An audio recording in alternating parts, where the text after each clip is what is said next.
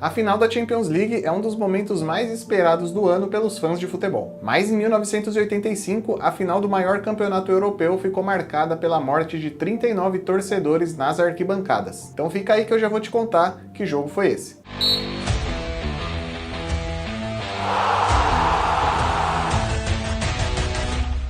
As tragédias sempre devem ser utilizadas como forma de aprendizado, para que outras tragédias similares não se repitam. A tragédia de Heysel, que é a história que eu vou contar nesse vídeo, serviu justamente para isso. Ela serviu para mudar os rumos do futebol e para fazer com que clubes, federações e governos adotassem novas políticas de organização e segurança. Em 1985, Liverpool e Juventus chegavam à final da Champions League. O time italiano nunca tinha sido campeão da Champions League e tinha em seu elenco nomes como o francês Michel Platini e o atacante Paolo Rossi, carrasco do Brasil na Copa de 82. Já o time inglês buscava o seu 5º título na competição e era o atual campeão da Champions League, tendo vencido o torneio em 84. E na final de 84 já tinha rolado uma confusão. Roma e Liverpool jogaram em Roma e o time inglês venceu nos pênaltis. Mesmo com a vitória, os hooligans, grupo de torcedores ingleses bastante violentos, brigaram com os torcedores da Roma e dezenas de pessoas ficaram feridas. Com isso, em 85, o medo era de que a confusão voltasse a se repetir. Afinal, o Liverpool estava de novo na final, enfrentando o time italiano. Para piorar a situação, o jogo aconteceria no estádio de Heysel, em Bruxelas, na Bélgica. O estádio, construído em 1930, era bem antigo e estava literalmente caindo aos pedaços. A manutenção do estádio era praticamente nenhuma, o que inclusive permitiu que torcedores abrissem buracos nos muros da fachada para entrarem no estádio sem ingresso. Antes do jogo, as diretorias tanto do Liverpool quanto da Juventus concordaram que o estádio não era adequado para receber a final e pediram que o jogo não fosse realizado lá. Mas a UEFA fez o quê? Ignorou os pedidos dos dois times e manteve a final no estádio de Heysel. A divisão das torcidas dentro do estádio ficaria dessa maneira. Os torcedores da Juventus ficariam nos setores O, N e M, e os torcedores do Liverpool ficariam nos setores X e Y. O restante do estádio seria destinado aos torcedores belgas, que na teoria seriam neutros e não torceriam para nenhuma das duas equipes e só iam lá para assistir o jogo. O problema é que Bruxelas, na época, tinha uma comunidade italiana enorme, então a galera na torcida mista seria, na sua maioria, de torcedores da Juventus. E um desses setores mistos era o setor Z, que tinha praticamente 100% de torcedores da Juventus. E para ajudar, numa decisão completamente estúpida dos organizadores, o setor Z ficava justamente ao lado da torcida do Liverpool. Um alambrado e menos de 10 policiais ficaram responsáveis por separar as duas torcidas. E essa junção de decisões totalmente equivocadas, somadas a torcedores conhecidos pela violência dentro de um estádio velho e mal cuidado,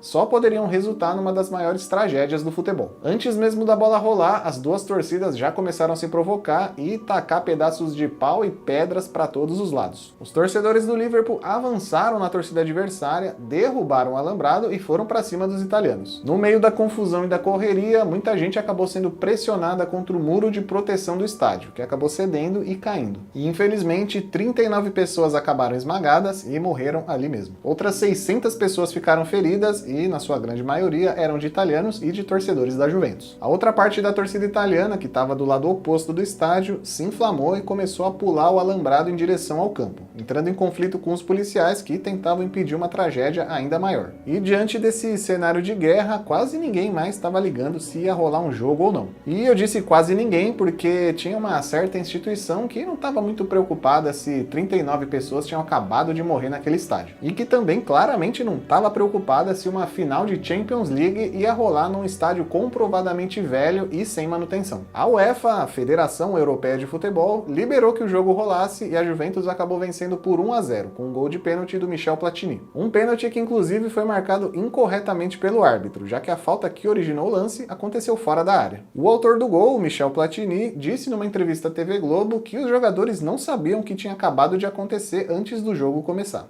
A gente não tinha muita ideia do que estava se passando.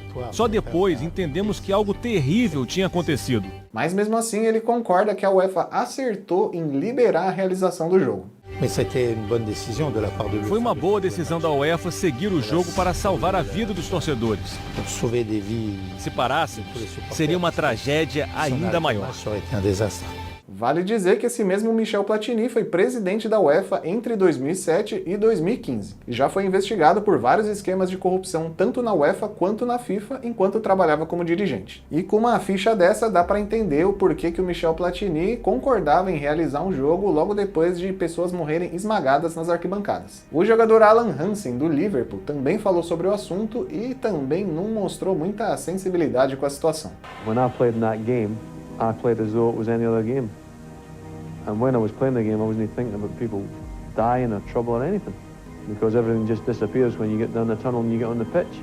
Ao longo dos anos, depois da tragédia, vários jogadores já falaram sobre o assunto em entrevistas e muitos deles disseram que não sabiam exatamente o que tinha acontecido na arquibancada. E isso pode realmente ter acontecido, afinal, não seria impossível os organizadores esconderem toda a situação dos jogadores para preservar o espetáculo em campo. Depois de uma investigação que durou vários meses, os hooligans ingleses foram considerados culpados pela briga e a UEFA suspendeu por tempo indeterminado todos os times ingleses das competições internacionais. 5 anos depois, a suspensão caiu para todos os times ingleses, menos para o Liverpool, que ainda ficou mais um ano suspenso de todos os torneios europeus e mundiais. O estádio Heysel foi reformado em 95, 10 anos depois da tragédia. E para tentar apagar um pouco a lembrança das 39 mortes, o estádio foi rebatizado com o nome de Rei Balduíno, em homenagem ao rei da Bélgica morto em 93. Desde 2015 existem planos para demolir o estádio e construir um novo, mas até hoje os planos não saíram do papel e o estádio continua sendo usado para jogos de futebol e para shows. Só em 2005, 20 anos depois da tragédia, é que Juventus e Liverpool voltaram a se enfrentar, e novamente pela Liga dos Campeões da Europa. Antes da bola rolar, a torcida inglesa exibiu um mosaico com a palavra amizade escrita em italiano. Em 2015, como homenagem aos 30 anos da tragédia,